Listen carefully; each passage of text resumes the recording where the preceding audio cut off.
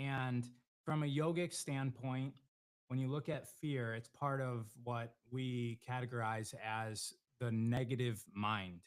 And there's many different minds, chittas in yoga, but when you talk about the positive mind versus the negative mind, positive mind is what drives us to cross the road, right? And to see what's on the other side. And the negative mind is what keeps us on this side of the road so we don't get hit by a car. And so things like fear, part of the negative mind, is it serves a purpose. It keeps us alive. But with that gnosis that it's keeping us alive, we get to develop a relationship with it. And our ability to have a healthy and growing relationship with all of the different aspects of self is really what leads to our own self evolution, which is then going to facilitate a whole feeling in life. It's going to feel like you're progressing as you get, quote, older, and life isn't going to pass you by so fast so that you almost don't feel like you evolve at all and probably have to relive again. Think about when you're a kid and you're going through life and you're having all of these new experiences that you're embedding into yourself and integrating it into your thoughts, your emotions, and actions. When you're a kid, time goes by slower because of this phenomenon. You're having a whole bunch of experiences that are new, or as science calls it, novel. You're having novel experiences. As we become adult like, we start to root ourselves into routine for the sake of security and safety, which are the effects of something like fear. And so when you are doing the same thing over and over and over and over again, that might be satisfying security. It might be adding to the bank account. It might be building some business. It might be building relationships. It might be even building children, doing the same thing over and over and over again. But as your psyche gets into that, it doesn't have a reason to record that. And time will slip by very, very quick. Time will slip by. And so as time starts slipping by, you get this feeling that, oh, wow, last week seemed like yesterday. Or was that already 3 years? Because that seemed like it happened last month. Or wow, 10 years went by since the last time I did this. And those phenomenons, really, you not experiencing novelty. Now, I'm saying all of that because what stops a lot of us from experiencing novelty is fear. And so, if we have relationships with these different aspects of ourselves, we don't block out situations, we don't block out and avoid certain experiences as well. And instead of just time flying by, we get to really experience life. And I've got this thing that I just wrote on the board. It's really sloppy, but I think we can still see it. So in the circle, it's not really that legible. In the circle, it says comfort. And so in that circle, we have comfort. And think about right now where you are comfortable. Where is where is fear stopping you from going into learning and growth, which are the outer rings? So if we've got fear in the outer rings and we have learning and or we have I'm really upside down here. That's kind of cool. I don't know how that happened. Just get rid of myself. So, guys, if we're letting fear win, then we stay in comfort. And outside of comfort is learning,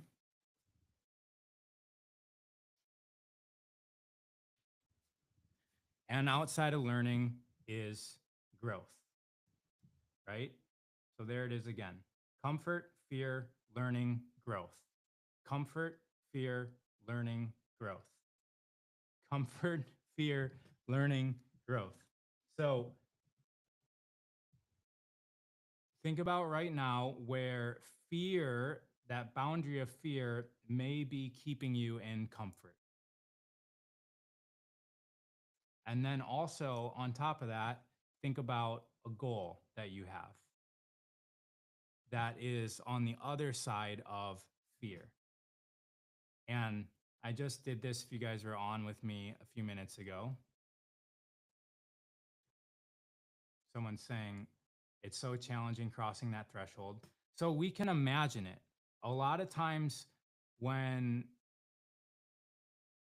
staying in the comfort zone is more comfortable than leaving the comfort zone because we don't know what the other side of that boundary is like. There's uncertainty. And with uncertainty, fear is going to win because all you really experience is the negative mind. So if we can sprinkle in the actual event happening of you going over, that's what visualization is. That's why when you hear champions speak, when you hear even like serial entrepreneurs who are very successful, investors, actors, models that are all at the professional level, let's leave out any dirty things that they might have done to get there. But even with all of that in the mix, if everybody else is lying and cheating and they still need an advantage, usually what you hear in their stories is visualization. You hear very specific stories about how they intentionally visualized exactly to every single detail what was going to happen. And that's them allowing themselves to look outside of the comfort zone into what's beyond fear. Now, the reason why I have learning and growth there is because the catch 22, or is that the right word? The paradox with going past fear is that no matter what, you're going to learn and grow. No matter what, you're going to learn and grow. And when you learn and grow, that adds value to your life. And so when you think about a goal that you have that you're afraid to step into, staying in your comfort zone essentially steals time away from you. It's literally steals time away from you that you're not learning, you're not growing, and also perceptually life will go by faster because you're not learning and you're not growing. You're not experiencing a different version of yourself, a different version of reality. And so you're really staying on this side of the road because you think you're going to get hit by a car and you never get to see what's metaphorically on the other side of the road. And I'm really going in on this today because because I've been having conversations with Christopher Witecki on here every single week, and he's talking about the energies of growth happening, and it's more like an explosive force that's happening in our reality beginning essentially now. And it's the same types of energy of wars, of the fall of Atlantis, the same types of energy of that. And that's an evolutionary, I shouldn't say the fall of Atlantis. No, he didn't mention that. But I know that I would mix that with something else. And it's really the growth of Atlantis, like the beginning stages of it. Like we're in the springtime.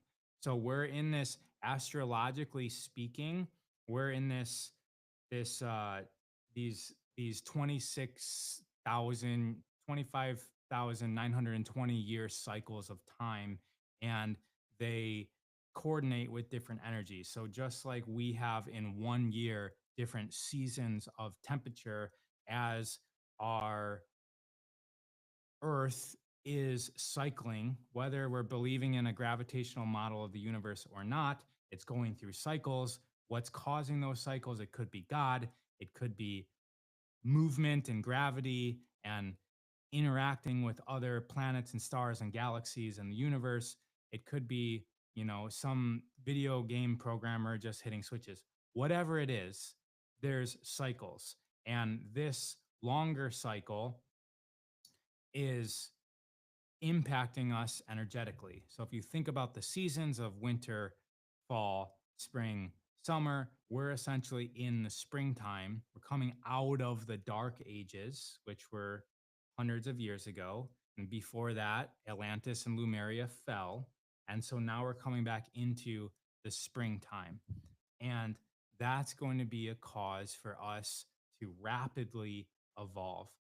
And if we're not ready to push past fear after fear after fear after fear and learn to grow, then we're going to be stuck in the same cycle, potentially left where we are. People are saying Orion's belt is no longer there. That's pretty awesome. I live in LA, so the stars aren't really out that much. Um, but it's pretty obvious whether it's there or not. But are you talking about the light that's coming here isn't there anymore? Because the light that we're actually seeing, if the stars are that far away, is light from the past. What are some ways to walk through fear? It's so scary. Thank you for asking that. Does anybody else have any answers to that before I give my 2 cents? Like, what are some things that you guys use to push past fear? Because I'm a very logical minded person. And so what I just explained to you is kind of enough for me. It's the logical explanation that fear is part of the negative mind, keeping me safe. It's evolutionarily advantageous for me to have it, and I'm grateful for it. Acknowledging that, acknowledging also that I'm in a comfort zone. And if I stay on this side of fear, then I don't learn, I don't grow. There's no possibility of a goal. And you know what the biggest disappointment is? Having an opportunity to do something and not doing it, not ever finding out what happens. And so that all for me works. That's kind of like the pep talk that I give myself. Those are the words that help for me. It absolutely isn't going to help for anybody else. Um, Someone's asking if they can give a real example. Yeah, you can. Or are you asking me to give a real example? You know what else happens when you are granting yourself this opportunity is reminding yourself of the times before where you went for it and what happened, what advantage happened. Even if you didn't actually achieve it, what did you learn? And what would have happened if you would have stayed still?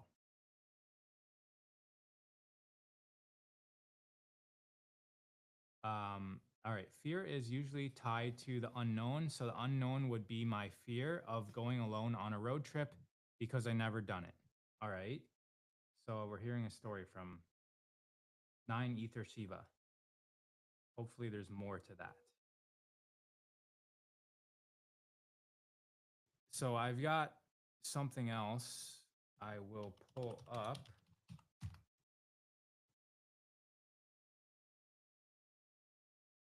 There's something called method. It's called the WOOP method. WOOP.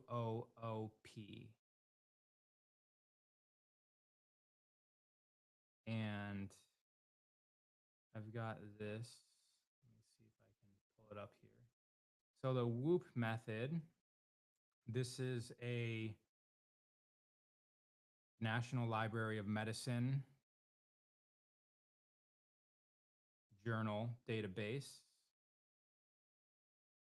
This is a study called a controlled pilot study of the wish outcome obstacle plan strategy.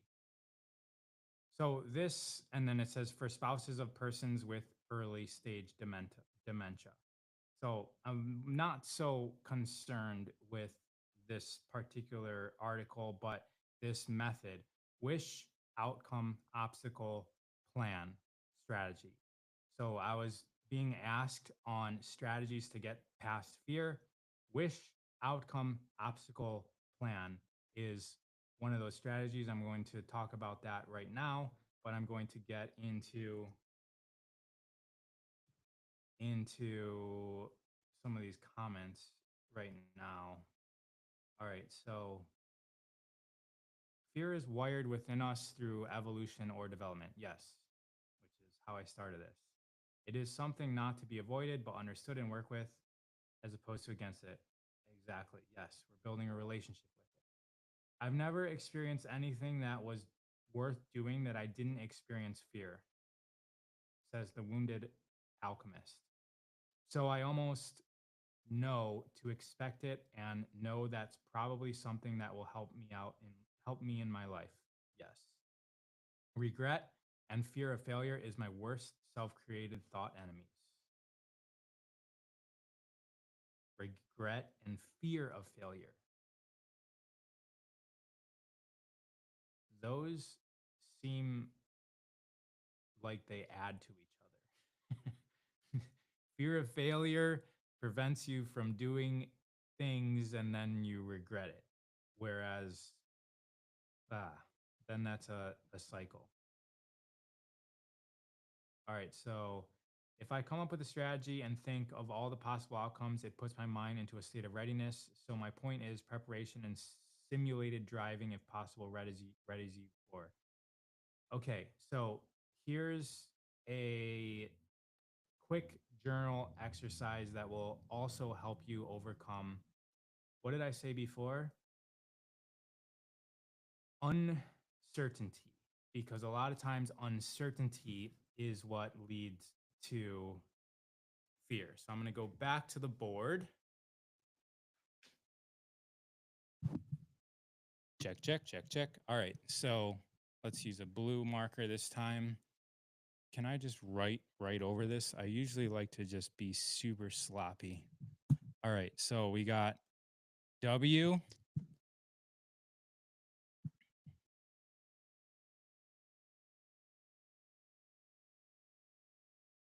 WOOP. So first, journal what you wish. What are you wishing? That's the goal. And this is a method that's scientifically based. Then outcome. Get this all on paper, get really clear on this. What's the outcome you're going for? And then this is where the uncertainty things, obstacles, that if you never push past your comfort zone through fear, you never get to this stage. You never get here.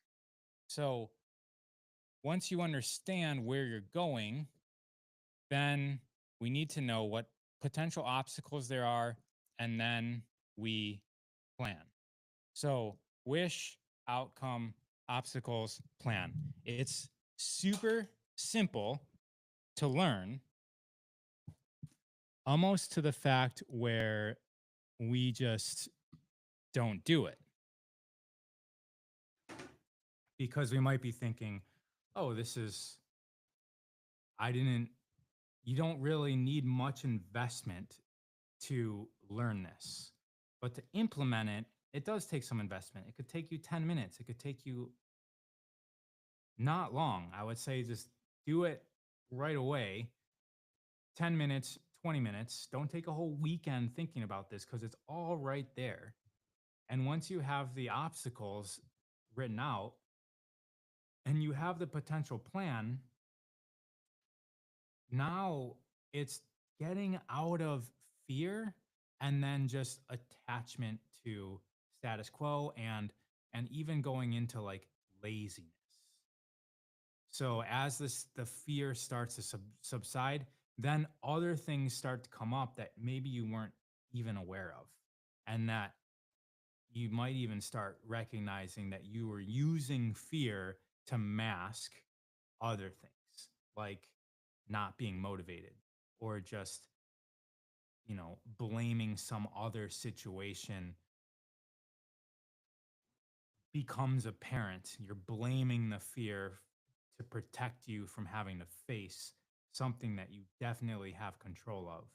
And that's the benefit of working through this. So plan towards the wish, plan around the obstacles. Because we're looking at this as how to deal with fear. And so we're looking at this through that filter. There's obviously other ways to look at goal achievement through positive filter, right? Where we're building and visualizing all of the benefits, and we're amplifying our strengths, and we're making sure that we know what our strengths are, and we can get like a straightened arrow towards our target. There's other ways to do that. But since this is about fear, we're going to be addressing the fear. And once again, it's not necessarily going to go away. This just gives you the tools to be more courageous, gives you the tools to be aware and focused on what you fear. And then the overcoming of that is really the hero's journey that we're all constantly going on. We're always facing this villain, which is just a representation in the movies. There's a villain, right? Which is just a representation of what the hero fears most. And so if they have a fear of heights, they have to climb up a mountain with loose rocks and no safety harness, right? To get to the princess. And that's all just a representation of the hero overcoming their boundaries of self so that when they return back home as the hero, they have changed in the process.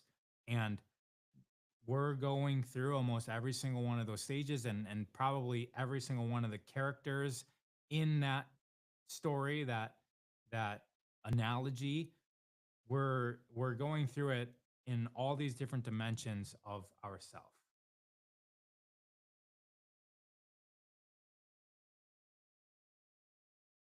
False evidence appearing real is another word for fear. Yes, it's where we're focused, right? Where focus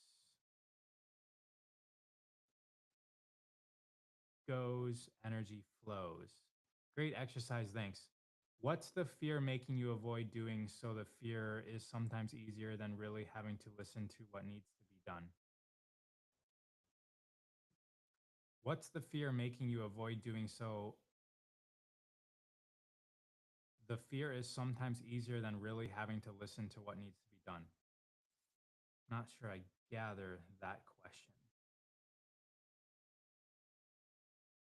Do you guys, so if you guys have actual questions about getting past your comfort zone, um, definitely put them in the chat.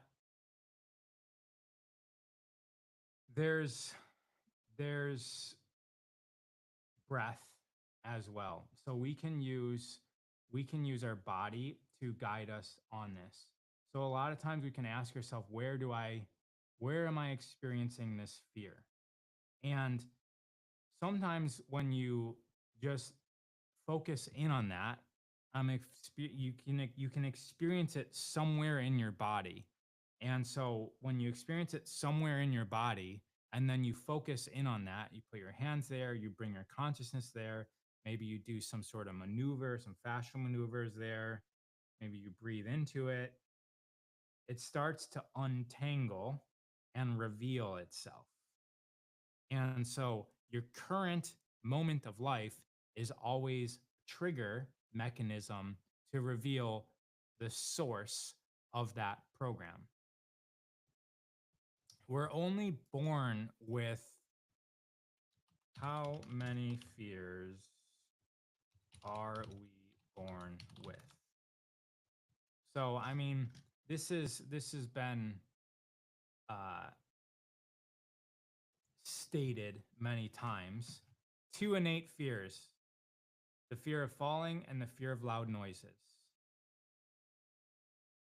And so that's what the current sort of philosophy slash science is on fear, that we only have two pre-programmed fears: the fear of loud noises and the fear of falling. And then everything else that we fear is either stemmed from that, which very few things are stemmed from that, or it's learned behavior, and it's a program, and it's something that can be re-related to. It can be remembered, and it can be harnessed, embraced, and re-related to. And so if you have a fear of speaking in public, that's not a fall, that's not a loud noise, that's your fear of something else. It's not necessarily the talk that you have to give today. You're not necessarily afraid of that. Where did it start? Was it the bully on the school bus that said something and then everybody laughed at you? So just simply asking myself, where do I feel this fear? Focus on it. Inhale, exhale. These these programs, these memories will come out to the surface. They will come out to the surface. And as long as you're in a state of awareness that's calm and relaxed, you have an ability to smooth that over. Love, you love all aspects of yourself there. You just put that, be very clear that there's not shame or guilt or even the word should. The word should never be used. It's like the should, you got to get the shoulds out of there and breathe into that moment and send light. So think about, there's a spectrum, and if you shine your light, your brightest sense of self, even borrow energy from the sun and you shine it into there, any sort of shadows or darknesses can start to dissolve into the light. Definitely gets more complex than this. I'm giving you guys very simple things to do. Obviously, some other traumas could take a little bit more unraveling than just imagining light. But at the end, that's really what you're doing. And the inability to do that is really just suggesting your inability to send fullness of self into that area. There's still some restriction, there's still some distracting, there's still some attachment on what that event means to you, and you're holding on to that as a protection mechanism because the belief and the faith that you're safe has not been met yet. And so to send light and love there doesn't make sense to you, doesn't make sense to your body, doesn't make sense to your mind, your feelings, and it shouldn't make sense if you don't have the faith and belief and the trust now. And so then there's work that you get to do around that. Not that you shouldn't be afraid, though. I'm not saying you shouldn't be afraid. I'm saying that if you're ready to let go of something that you're afraid of, that that's the process that you go to and get to go through to do so.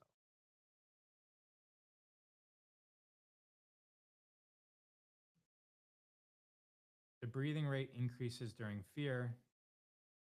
Yes, that's because of getting into fight or flight, and your body starts to tap into uh,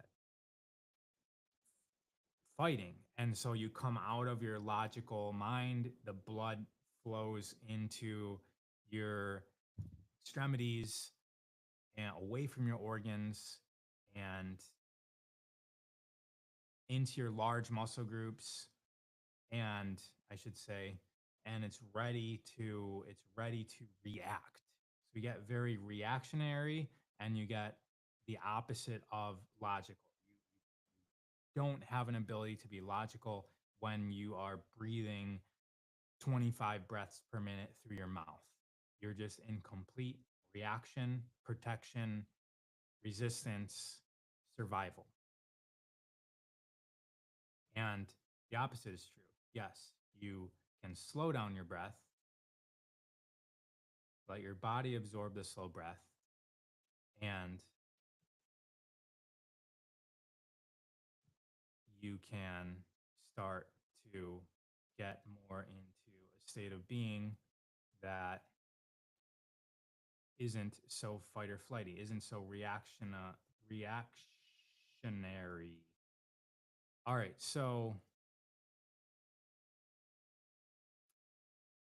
I did mention breath. So here's what you can do for breath, which I actually had to use the other day because I pushed past one of my boundaries. I was driving. I had to go in somewhere that he was avoiding and parked, drove around again, parked. And that second time I parked, you do this breath. I think I learned it. What's it called? Neville Goddard. I think it was one of his books. Uh,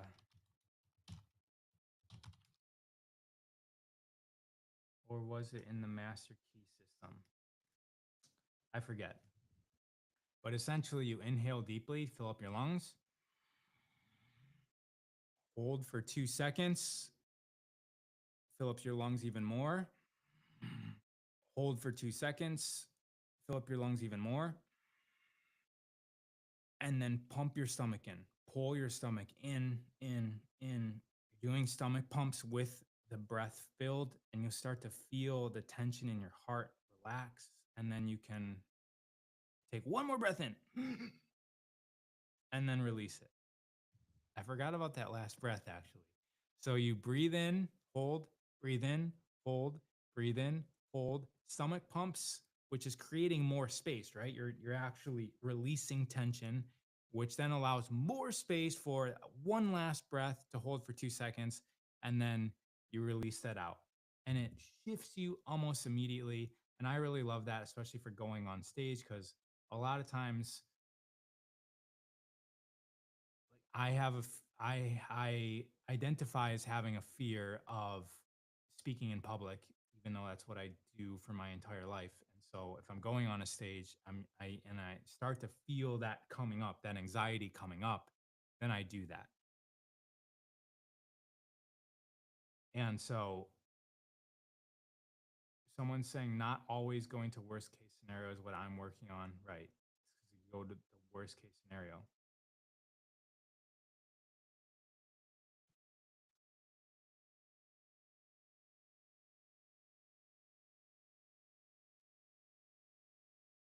Hopefully, you guys are doing that breath. Mindful Talks is saying box breathing is also a great tool, or the intentional sigh. This is all yoga, right? This has all been known and practiced for thousands of years, and science is starting to laughably validate it. It's like very superficially validating it. So once you get used to your breath, you start to realize that there's something else breathing you. So once you start doing breath work, you're like, I'm inhaling this long, I'm stopping, I'm exhaling this long, I'm stopping. And that's you consciously doing it. And then you start asking the question of like, well, what's breathing me when I'm not consciously doing this? And the scientific explanation is that there's this part of our brain called the subconscious that's very powerful compared to our consciousness. And the subconscious is what's calling all the shots, right? So in our consciousness, we have about 120 to 180 bits of processing power that we consciously can be aware of, right? So I'm looking at the camera, I'm in the middle of a conversation. It's very difficult for me to talk and look at comments and look at cameras and keep track of the microphones, but I'm doing that. But could I also count the amount of books on the wall while I'm having this conversation? No. Even though it's relatively not that much processing power, our consciousness is very, very weak. Our ability to consciously comprehend. So I said 120 to 180 bits of processing power. One conversation eats up about 60 bits of processing power. So think about having a conversation with somebody. That's about half the amount of your ability to process. So you could also drive a car and be fine because the car is not taking up that much. But have a conversation with person one and a conversation with person two, speaking back to them and listening to what they both are saying.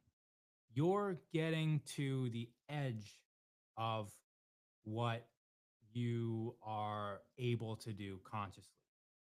Do it with a third person, you might be able to handle it, right? Because now you're at 180 bits. Do it with the fourth person, you're starting to lose track.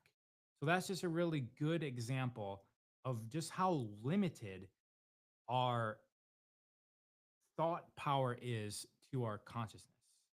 And then depending on where you look, the subconscious or the unconscious, some people don't even believe in subconscious. It's just all unconscious or beneath the level of consciousness. Depending on where you look, it's between 2 million bits of information to like over 10 million bits of information, which is a tremendously more capable amount of you that is making decisions, calling the shots, doing programs. And that's doing things like focusing your eyes. When you look around, it's actually like focusing your eyes. That's a big amount of processing power, and coordinating the blood flow and communicating with the energetic fields around you and keeping your balance with all of these different micro movements that keep on rebalancing us. And how we're speaking. I'm not actually thinking about the words that I'm saying, but a part of me is moving my mouth based on the intention. The intention I'm aware of, but how my mouth is moving, I'm not. And I'm saying all that because eventually you start to wonder, is the control mechanism actually happening inside this body? Like when I think of something, is it happening within me, or am I more like a radio receiver that's attuning to frequencies that have more of an ability to call the shots than I do? And I sometimes play around with that with breath. and I imagine and I give over control, even if I'm doing very specific breath work, if I'm doing 20 seconds in, 20-second hold, 20-second out, and then repeat, I'm seeing if I can hand over control of that pattern to whatever else there is. First, it might feel like I'm handing it over to my body, but I can get it to where I'm handing it over to some higher, let's call it higher version of self. You can call it God, you can call it the universe, you can call it infinite intelligence. And when you can start to breathe as this greater version of yourself, there's a tremendous amount of power there that you can bring into yourself because it's not just you here. And when you can start doing that with your breath, you can start actually allowing your actions to trust this greater source of self. And that's another way to overcome fear is to remind yourself that you're in this situation for a reason and have faith that no matter what you're facing, you have an ability to handle it. And it wouldn't be possible for you to even think about going for the thing if there wasn't a reason for you to consider going for the thing, if that makes sense. And so if you take a breath as this greater version of yourself, it feels different. It's not breathing into this body, it's something is breathing into this body and it's receiving life force through me as the channel. And the next bite that you take or the next drink that you take, I don't have anything that is easy to eat or drink, but feel like you're consuming, eating, or drinking, and this other greatest organism that we're a part of is experiencing that. It changes things a little bit. It's just a shift in perspective. And once you start doing that, it is like another dimension of experience. It's like stepping out of this three dimensions of space, fourth dimension of time into something else that we allow to experience the moments that we go through. All right, everybody, thank you for the comments. And I'm going to end this. See you next week. I'm here next week. And also, the fear stuff is we work on it in my selfexpansion.app. Go to that website. We work on that journal and we do energetic and physical practice. That's the exercise that got released this week. I release a new exercise every single week. And this one is dealing with fear. And it's always about really true mind, body, spirit, because everyone kind of talks about mind, body, spirit, but there's not really a practice that you actually do a psychological exercise and then also work with feelings and the body and the energy, call it spirit, call it source, call it soul, whatever it is, call it bioharmonic field. But this practice really encompasses all of that because they all work together. You can't be high vibe in one and low vibe in another. And so take care, everybody. I'll see you next week.